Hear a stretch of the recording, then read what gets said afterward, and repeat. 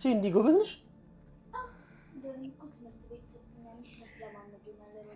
ትምህርቱን ትተው ዳንሱን ነው የሚያሳዩአችሁ? አይ ቁርስ ከበላን በኋላ ምናምን ትንሽ ቅድስት እንዴት ናት ዳንስ ላይ? ካቻራ በጣም ትችላለች። በተለይ እስክስታ ላይ ደግሞ በጣም ነው። እስክስታ ትችላለች? ኧረ እባክሽ። በቃ ቁርስ ልስራላችሁ፣ ላምጣላችሁ፣ ላቅርብላችሁ፣ ተጫወቱ። በቃ ይኸውልሽ ትምህርትሽ ላይ መበርታት አለብሽ። እሺ መጎበዝ አለብሽ። ሌላውን ሁሉ ነገር ትደርሽበታለሽ። እሺ ዋናው ትምህርት ነው። ካልተማርሽ ነው አንቺ እርቦሽ ነው ቀጣለ መበያ ደግሞ ስማ አባት ያለሽ አትፍራ። ይኸውልሽ ዝናና አይደለም በአባት በታንክ አንከለክሉ። ስማ አባቴ ሽጉጥ አለው እኮ። አዎ ይኖረው ይሆናል። ቤትና መኪናውም ያምራል። አይገርም። ምንድነው እንደዚህ የሚያስፈራ? አንድ ነገር ልንገርህ፣ በህይወት ስትኖር ማንንም አትፍራ፣ ሰዎችን አክብር፣ ከዛ ካለፈ ማድረግ የሚገባህን አድርግ። ምንድነው እንደዚህ የሚያንበቀብቀው? አንዳንዴ የምትወዳቸው ሰዎች ሲኖሩ ለእነሱ ስትል መፍራት አለብህ። እነሱን ለመጠበቅም መሸሽ አለብህ። በፍጹም አትሽ። ቤተሰቦችህንም ራስህንም ከብዙ ነገር ለመጠበቅ በፍጹም አትሽ። ማድረግ የሚገባህን ብቻ አንተ አድርግ። ቡራም እንዲህ ነበር የሚለው። የጭንቁ ቀንማ ወዴት ይደረሳል? ያው እድሜ ለማርዘም ነው። ሞገስ ስለሸሸህ እድሜህን አታረስም። ምን ሆነሃል? ኧረ ዝናኔ ያንሃል አትፍራው እንዴ! አንተም ሰው እሱም ሰው አይደለም እንዴ? እሱም አንደኛም ወንድ። አንቺ ሴት ነሽ። ባካ አንተን ወክዬ ነው የምገጥምልህ መሰለህ እንዴ? ሞገስ አትፍራ፣ በህይወትህ ምንም ነገር አትፍራ። ኧረ እባክህ እንዴ! ለምትወዳ ልጅ ስትል ደግሞ ቅንጣት ታክል አትፍራ። እኔ ፈሪ አልነበርኩም። ሉላን ለመጠበቅን የግድ መፍራት አለብኝ። ተጋፍጬው አውቃለሁ፣ አቅሜን አውቃለሁ፣ ግን ደግሞ ጥሎኛል። ሞገስ ባትፈራ ሁለት ነገር ሊሆን ይችላል። ወይ ትሞታለህ ወይ ታሳካዋለህ። ፈርተህ ብዙ ነገር ነው ልትሆን የምትችለው። ትሞታለህ፣ የምትፈልገውንም ታጣለህ፣ ትዋረዳለህ። ሌላ ቀን ደግሞ የበለጠ ዋጋ ትከፍላለህ። ጀግንነት ከቤት ነው ሞጌ። የጀግና ሰው ምክር ሰው አልፈራውም። አሁን እኮ ደፋሮኛለሁ። አሁን ወደ ውጭም እየወጣ ነው። ሞገስ ደግሞ እኔ ሁሉ ምን ላንተ ብዬ ነው። አይዞሽ፣ እኔ ሁሉ ጊዜም ከጎንህ ነኝ። እኔ ወንድም አለኝ። ለኔም አለልኛ፣ ላንቺም አለውልሽ። በስተመጨረሻ ብሩክ የተሸፈነበት ልብስ ተነሳ። ብሩክ ለቀናት እዚህ ክፍል ውስጥ ተሸፍኖ ታስሮ በዚህ ሁኔታ ውስጥ ቆይቷል። ይሁን እንጂ መድብል ዛሬ በመግባት ብሩክ ላይ የተሸፈነውን ልብስ በዚህ መልኩ በእጁ ይዞታል። ብሩክ ለቀናት ምንም ነገር ሳያይ ስለከረመ የተሸፈነበት ጨርቅ ሲገለጥለት መድብልን ማይቶ ይበልጥ ተአምር ፈጥሮበታል። ብሩክ እባክህ ወንድሜ አንተ እንኳን ራስህን አድን ሂድ በማለት ቢናገርም መድብል ደግሞ ብሩክን ሲያድን ከዚህ ቦታ መውጣት እንደማይፈልግና መሞት ካለባቸውም አብረው እንደሚሞቱ ይናገራል። ሰላም ውድና የተከበራችሁ የቻናሌ ቤተሰቦች፣ ለቻናሉ አዲስ ከሆናችሁ ሰብስክራይብ በማድረግ እንደዚሁም ቪዲዮውን በላይክ መጀመር አትርሱ። ምሳሌ ድራማ ቀጣይ ፓርቲ ይዤላችሁ መጥቻለሁ። እስከ መጨረሻው ድረስ አብራችሁኝ ለመቆየት ሞክሩ። እንግዲህ ለቀናት ተሸፍኖ የቆየው ብሩክ በዚህ መልኩ ባዶ ክፍል ውስጥ ታስሮ የሚናገሩትንም ሆነ የሚደባድቡትን ሰዎች አንደኛቸውንም ሲያይ ነበር የከረመው። ዛሬ ግን እንደ ድንገት በሩ ተከፍቶ እፊቱ ላይ የተሸፈነውም ጨርቅ ተገልጦለት ለማየት ችሏል። ብሩክ በተደጋጋሚ በሩ እየተከፈተ ሰው ሲገባ ምናልባትም ከአሁን ሊመቱኝ ነው፣ ከአሁን ሊደበድቡኝ ነው እያለ ሲጠብቅ ነበር የነበረው። ነገር ግን በሩን ከፍቶ የገባው ሰው ብሩክ ፊት ለፊት ፊቱ ላይ የተሸፈነውን ልብስ አውልቆ በእጁ ይዞ እንደዚሁም ልብሱን በጣም እያየው ነበር። መድብል ወደዚህ አመጣጡ ለካሌብ ትልቅ ዋጋ እንደሚያስከፍለው ነው መድብል ላይ ያየ ነው። መድብል ብሩክን ከዚህ ሳያስወጣ ወደ ቤት መመለስ እንደማይፈልግም ተናግሯል።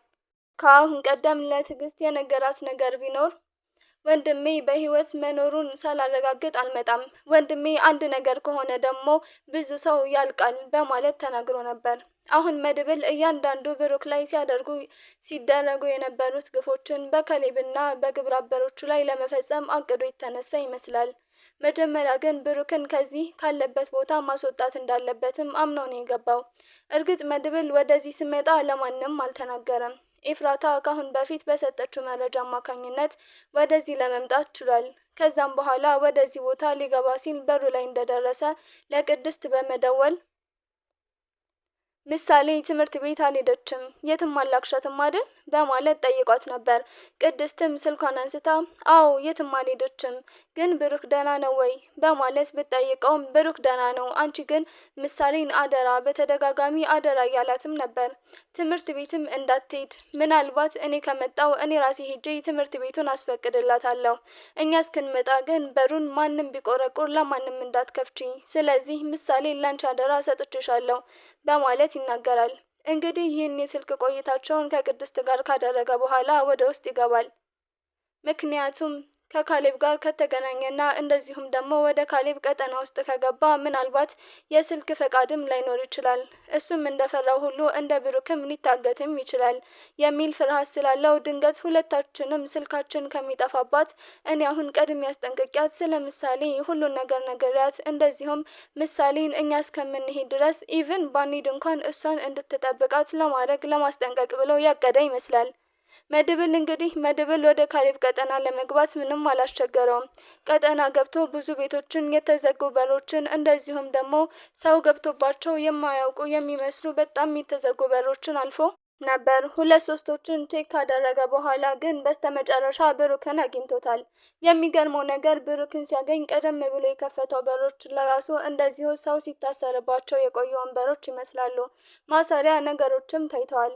አንዳንዶቹ ላይ ብሩክን ሲያገኘው ግን ገና በሩን ሲከፍተው ነበር እዚህ ውስጥ ብሩክ አለ ብሎ የገመተ ይመስላል። ካከፋፈቱ ሰፍ ብሎ ነበር የከፈተው እና ከዛ በኋላ ብሩክ የበሩን ድምጽ ሲሰማ ትንሽ የመደንገጥ ስሜት ታይቶበት ነበር። ምክንያቱም ወደ ክፍሉ እየገባ ያለው በተደጋጋሚ ሰዎች እየመጡ ያንን የተሰጠውን ወደ ውጭ ሀገር እንዲወሰድ የተሰጠውን እቃ ለምን እንደጣለና ማንን አስፈቅዶ እንደዚሁም ማንን ተማምኖ እንደሆነ በተደጋጋሚ እየጠየቁ ሲደበድቡት እንደነበር ያስታውቃል። በአሁኑ ላይ ግን መድብል የብሩክን አይኖች ብርሃን እንዳዩ ፈቅዶለታል። መድብል ከፊቱ ላይ ብሩክ ፊት የተሸፈነውን ጨርቅ ኮፍያ በማንሳት ለመጀመሪያ ጊዜ አጋቼ ሲያሰቃየኝ የቆየው ሰው ማን ነው? ምን ይመስላል? የሚለውን ነገር ሰፍ ብሎ ለማየት ብሩክ አይኖቹን ሲገልጥ የወንድሙን ፊት ነው ያየው።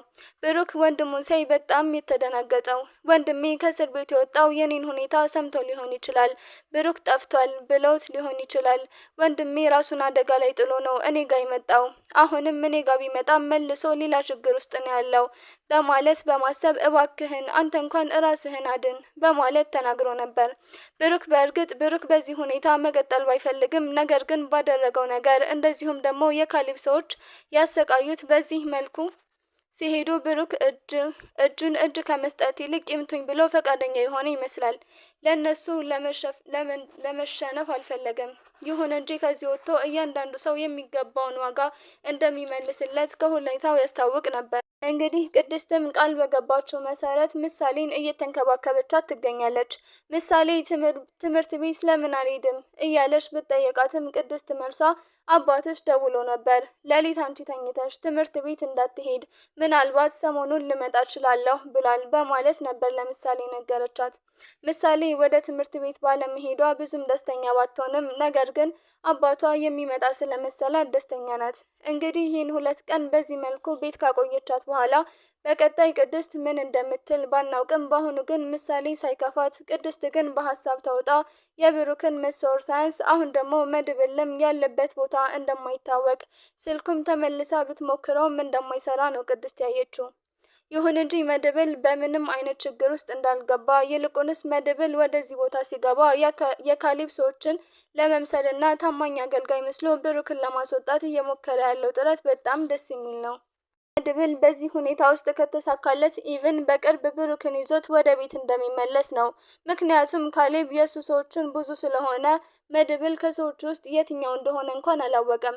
መድብል ወደ ብሩክ ከተጠጋ በኋላ ሌሎች ብሩክን የሚደበድቡ ሰዎችን ወደ ብሩክ ክፍል እንዳይገቡ እያደረገም ይገኛል። ምክንያቱም እኔ ነኝ እጁን የምሰጠው በማለት ወደ ብሩክ እየገባ ምንም አይነት ነገር ሳያደርስበት ሲመካከሩ ቆይተው መልሶ ይወጣል ማለት ነው። ልክ ሲደበድበው የቆየና ሲያሰቃየው የቆየ መስሎ፣ ነገር ግን ለራሳቸው ሚስጥራቸውን አውርተው እንዴት ከዚህ ቦታ ሊያወጣው እንደሚችል ምናልባትም በየት አቅጣጫ እነሱን ማሽሎክ እንደሚቻል መንገዶችን እያመቻቸ ይገኛል። ሞገስ ወደ መድብል ደውሎ ነበር። ምክንያቱም አሁን ላይ ሞገስ ነጻነት እየተሰማው ነው። በተለይ መድብል ከእስር ቤት ከወጣ በኋላ እና ሞገስ ጋር አንዳንድ ነገሮችን እየተገናኙ የሞገስን ስጋት ለራሱ የመድብል ከእስር ቤት መፈታት ለሞገስ ነጻነት ሰጥቶታል። በተለይ በኤቲኤም ካርድ እየተከታተለው እንደሆነ ዝና የነገረው ይህን አጣርቶ የነገረው መድብል ነበር እና አሁንም መድብል ላይ ትልቅ ተስፋ አድርጎ ከአሁን በኋላ ዝናን አልፈራውም በማለት ሲናገር አይተናል። ስለዚህ ለመድብል ሲደውል ስልኩ አልሰራለትም። የመድብል ስልክ መዝጋት ሞገስን አሳስቦት 2-3 ደግሞ ከደወለ በኋላ ጥሪ አይቀበልም ነበር የመድብል ስልክ የሚለው። ወደ ካሌብ ቀጠና ፈተና ውስጥ ከገባ በኋላ ምክንያቱም ወደዛ ሊገባ የቻለው አላማው ብቸኛ አንድ አላማው ብሩክን ከዛ ማስወጣት እስከሆነ ድረስ ማንም ሰው እንዲጠራጠረው ማንም ሰው እንዲያጋልጠው አይፈልግም። ለዚህም ነው አስቀድሞ ስልኩን ዘግቶ ወደዛ ቀጠና የገባው። ለጊዜው ለካሌብ ታማኝ አገልጋይ ሆኖ ነው እንግዲህ ወደዛ የገባው። ስለዚህ የማንንም ስልክ እያነሳ በሌሎች መጠቆርን አልፈለገም። ሞገስ በተደጋጋሚ ደውሎ አልሰራለት ካለው በኋላ ወደ ቅድስት ደውሎ ነበር። ወደ ቅድስት ደውሎም መድብል ሰላም ነው ወይ? በሰላም ነው፣ ስልክ አያነሳልኝም በማለት ቢጠይቃትም ሰላም ነው፣ ነገር ግን ጋሽን ያለበትን ሁኔታ ለማጣራት እወጣለሁኝ ብሎኝ ነበር። ከዛ ወዲህ አንዴ ነው የደወለልኝ። እኔም ብደውል አይሰራም፣ ምናልባት ባትሪ ዘግቶበት ሊሆን ይችላል በማለት ትመልስለታለች። ቅድስት ለራሷም ሀሳብ ውስጥ ብትሆንም ሞገስን ለማረጋጋት ግን ሞክራለች። እንግዲህ ቅድስት ለሞገስ እንደዚህ ካለችው በኋላ ሁለታቸውም ተሰነባብተው ስልካቸውን ይዘጋሉ። ምሳሌም እያጠናች ስለነበር ቅድስቴ ከስንት ቀን በኋላ ነው ትምህርት ቤት የሚሄደው? እሺ አባዬስ መቼ ነው የሚመጣው? ዛሬ ነው ወይስ ነገ ነው የሚመጣው? እያለች ብትጠይቃትም ሰሞኑን እመጣለሁ ነው ያለኝ፣ ነገር ግን ሰርፕራይዝ ስለሚያደርግሽ እንዳትሄድ ብሏል በማለት ስትነግራት ነበር። ምሳሌ በዚህ ነገር ላይ በጣም ደስተኛ ናት። እንግዳውስ ተማሪዎች አሁን እዛ እየተማሩ ስለሆነ እንዳያመልጠኝ ላጥና በማለት እያጠናች ነበር። የአሁኑ ፓርት እዚህ ድረስ ነበር። በቀጣይ ፓርት ምን ይፈጠራል የሚለውን በቀጣይ የምናየው ይሆናል። ስላዳመጣችሁኝ ከልብ አመሰግናለሁ። በቪዲዮ ላይ ማንኛውንም አስተያየት በኮሜንት ስር መጻፍ ትችላላችሁ። መልካም ጊዜ